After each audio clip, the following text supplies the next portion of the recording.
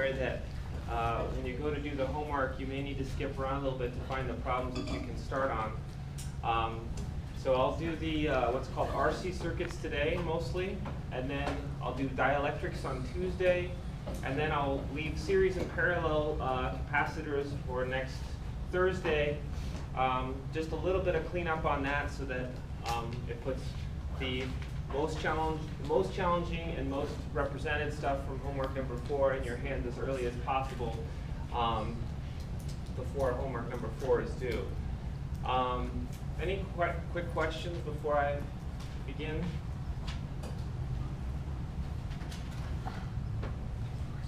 Okay, so here are our capacitor equations. Here, this is the definition of capacitance. It's a relationship between how much charge you can put on each plate for how much voltage you place across them to charge them. We learned that you can find the capacitance from the physical properties of the capacitor. And this is the formula for the parallel plate capacitor, which is really the only kind of capacitor we'll look at. And then I mentioned very briefly at the end of last time, there's a formula for the amount of energy that's stored on a capacitor that I gave you a couple different forms of it by substituting in the first equation, but I have not yet justified the equation that I started with. And so very quickly before we move into RC circuits, I want to justify that equation for you. So first of all, let's say that we have 2 points in space with an established voltage difference between them, okay?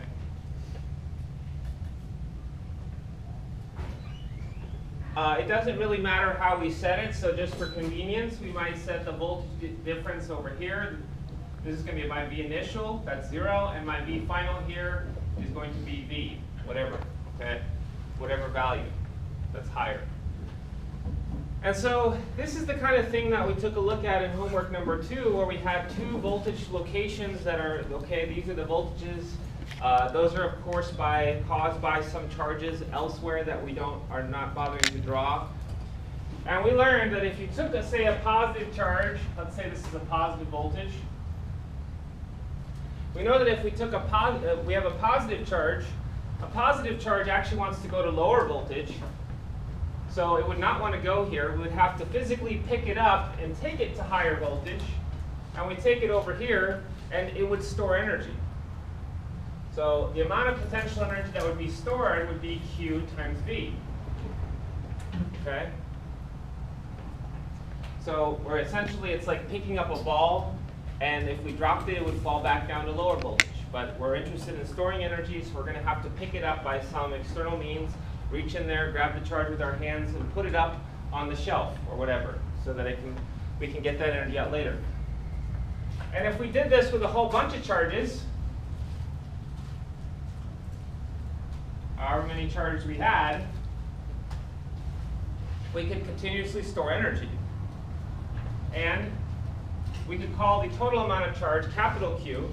So for this, when we usually use capital Q in a different sense in homework number 2, those are the fixed charges that make voltage. But when we're talking about circuits, capital Q is what we use for the collective amount of charge stored on a plate as opposed to the individual electrons, okay?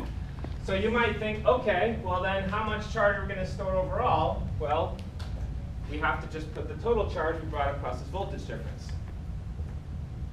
So your first guess for how much energy might be stored would be Q times V, which is basically just the same thing we did before, except for with a bunch of charges instead of just one.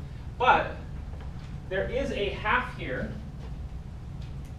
and understanding where that half comes from is basically a symptom of understanding conceptually what it means to charge a capacitor. When you have a capacitor, what you essentially have at the beginning are 2 neutral plates. The thing that you can consider as taking the charges from one plate and putting them on the other is the battery. The battery acts like a pump, and it's what picks up the charges from here and puts them on here. But the big difference between the capacitor and the scenario I just discussed is that I had discussed over here that there was already an established voltage difference that you're bringing the charges across. So what that means is that every single charge stores the same amount of energy, because even the very first charge that you pick up also already goes across this voltage difference. They all go across the same voltage difference, same delta V.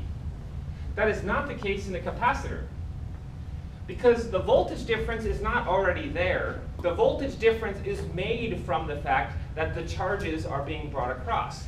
So this very first charge, there is no voltage difference at all. So there is basically very little energy, essentially no energy stored in the very first charge. Okay? So the Q times the voltage here, the voltage drop that it goes across is basically nothing. So basically you get no charge stored on the very first one. Then we progress here to the very last little bit of charge. So now we have a bunch of pluses that have come before. Of course, left in their wake is a bunch of minuses. And now we look at the very last charge. The very last charge that gets brought across. Basically, once we are done doing that, then the voltage drop across this thing has been established. This is the final voltage drop. So that charge is actually the one that stores the most energy, because it's being brought in proximity with all of the other charges that already came before. So now that charge goes across the largest voltage difference it's going to and stores the most energy. Okay? So not every single charge stores the same amount of energy. When you first start charging it, there's little energy stored. It's squeezing that last positive charge onto the plates that stores the most. So what do? What we have to do is, if we want to think of the charge collectively, and we want to talk about, okay, we're just going to talk about every single one of these charges in a group, what we have to actually put in is the average voltage drop that they went across. For charges that are very early, the voltage drop they go across is less than the average. And for anything more towards this side, the voltage drop they go across is more than average. Okay? Remember, the voltage is building up as the charge builds up. In fact, you can see it right here. Q is proportional to V.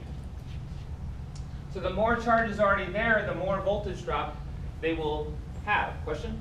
Yeah, so is it actually a positive charge that's moving up, or is it actually an electron? It's always an electron, right? So that's the conceit that we have in circuits, right? We imagine it as the motion of positive charges. It's really electrons being taken from here and squeezed together.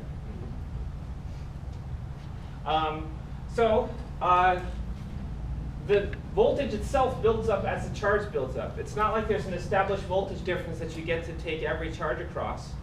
The voltage itself builds up as the charge builds up. So later charges store more energy and earlier charges store less.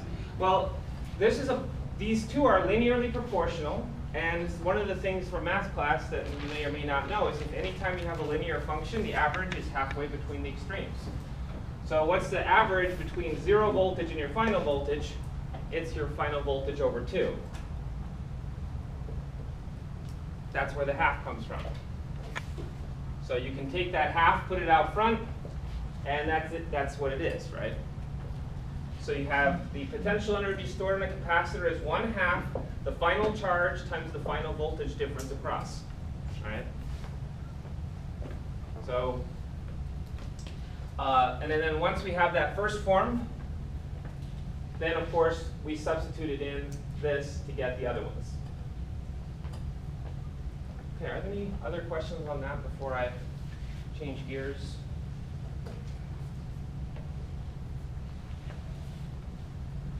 Okay, so let's talk about RC circuits.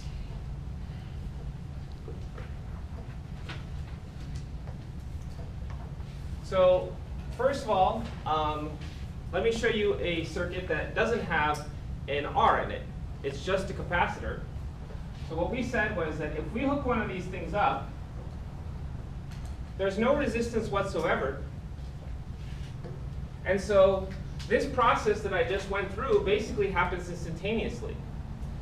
So we have that this voltage across the capacitor goes from 0 up to the battery voltage approximately instantly.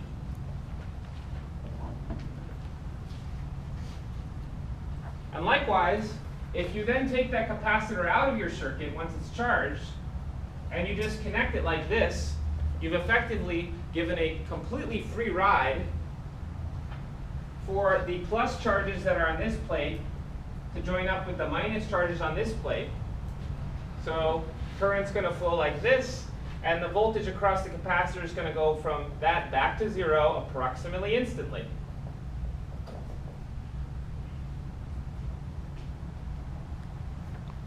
So because there's no resistance in the way, there's nothing to stop the charges from essentially going where they want to go immediately.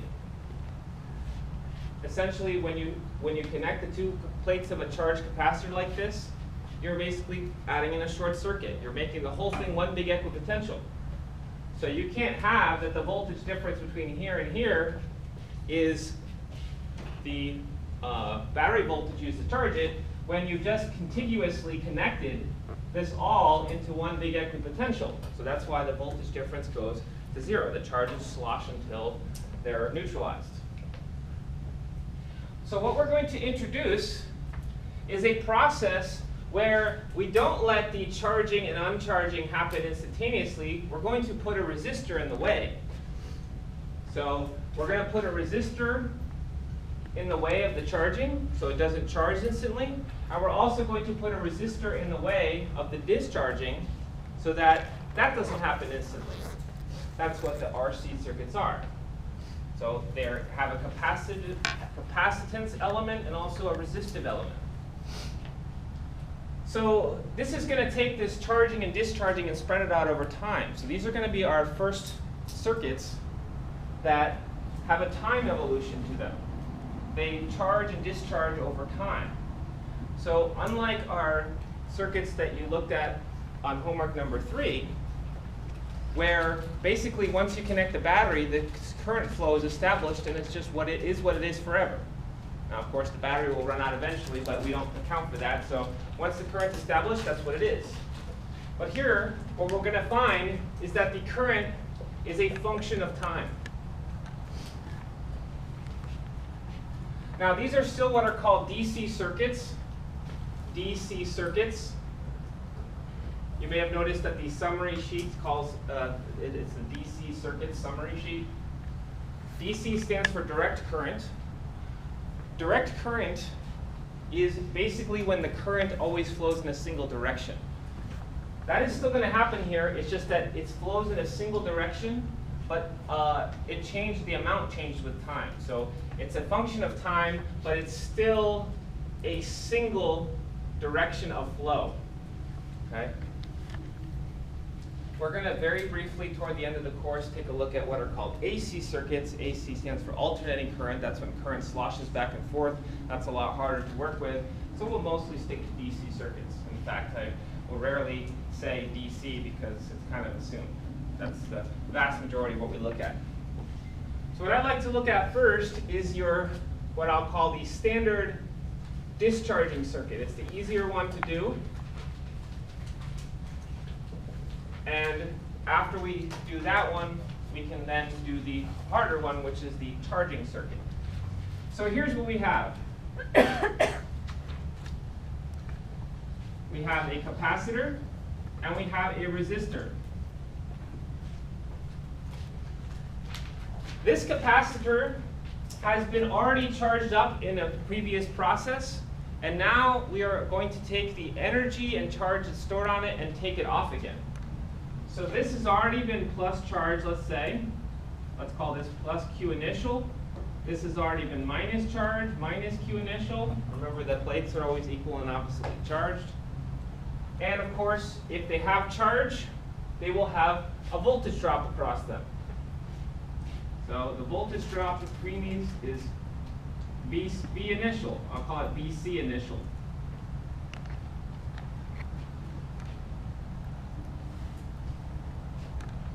So it's already been charged, and now I'm giving a viable route for the positive charges on top to flow and join the negative charges on the bottom, so there will be some current that flows.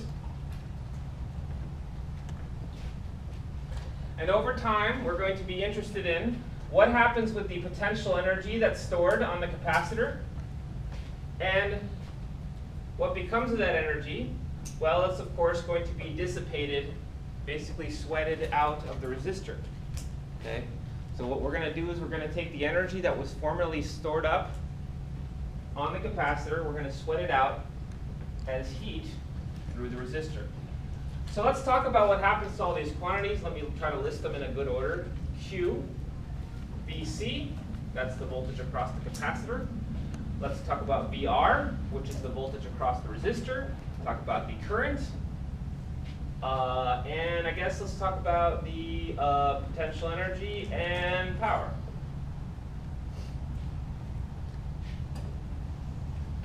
So let's talk about what happens to all of these. The charge starts off at some initial value, and then what do you think the eventual charge is on each plate? 0. Once all the pluses join up to meet all the minuses, then the whole system is just a big neutral hunk of conducting and insulating material.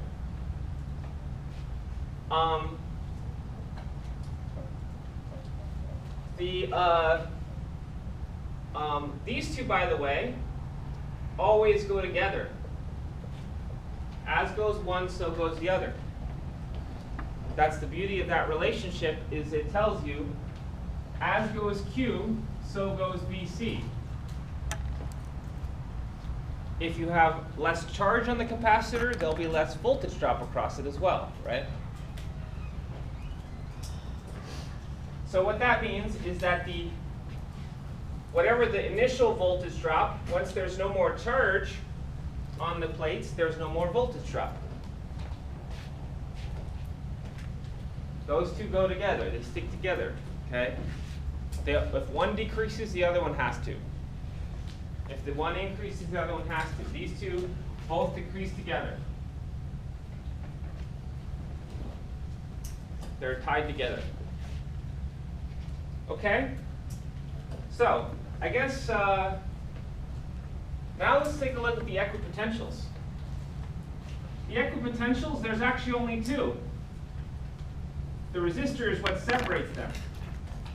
There's a high and a low.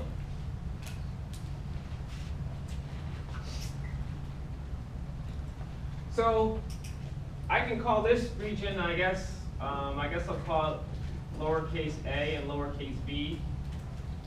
Even though I'm not going to use, I don't have a need for a third one. I'm going to still go to lowercase because I don't want you to mistake the capacitance as a third region. Okay. You can see that going from region A to B, well, that's the voltage drop across the capacitor or across the resistor. So these two happen to be identical. Okay? When we say V, voltage across the capacitor, voltage across the resistor, that's the same voltage drop. So these happen to be the same thing.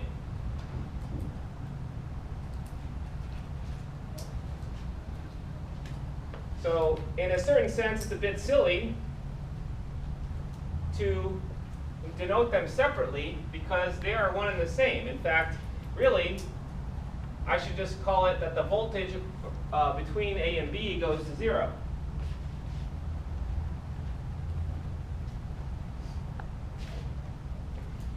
If you want, we can synthesize that information in a couple different ways. We could do a Kirchhoff's loop. So we could do ourselves a nice little loop rule. We go from the lower voltage terminal of the capacitor to the higher voltage plate. So this would be a gain, and then this would be a drop, right? So we could write plus VC minus VR, and then we looped, okay? Which is, again, when you solve, it's saying that those two are the same voltage drop. We could even represent that as a voltage waterfall. It looks like this.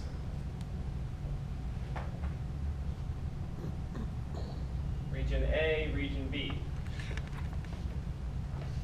So that's what it looks like.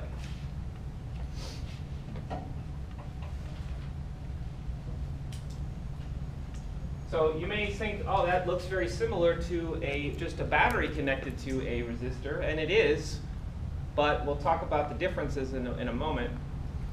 Before I go too much further, though, I want to finish just the general gist of what happens. Now, at first, I do have a voltage drop across the resistor, right? That's established by the capacitor. So if I have a voltage drop across the resistor, am I going to get current? Yeah. So there'll be an initial current. And in fact, these two always stick together. Ohm's law. If you have voltage across the resistor, current will flow across it. If you apply more voltage drop across the resistor, more current will flow. But in our case, the voltage drop is going to diminish. So the current flow will diminish. And in fact, what is the current flow at the end? It's 0. Why would any current flow anymore? It has no reason to. There's no energetic reward for going from A to B because A and B are actually going to be the same voltage at the end. So the difference between our circuit and one that has just a battery is that our battery is able to maintain a voltage difference indefinitely. So if we have a 9-volt battery, we can count on it being 9 volts, 9 volts, 9 volts, 9 volts. Obviously, it eventually dies, but we don't account for that. We say that the voltage difference is sustained by an internal chemical reaction for a long enough period of time that for us, it's essentially indefinite. That is not the case with the capacitor, because as charge flows off of it, the voltage drop diminishes. So what's going to happen with us is that this is going to decrease with time.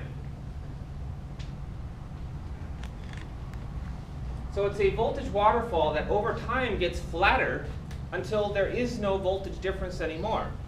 The charges have flowed from one plate to the other, the plate has become neutral, and there's nothing left for anybody to do.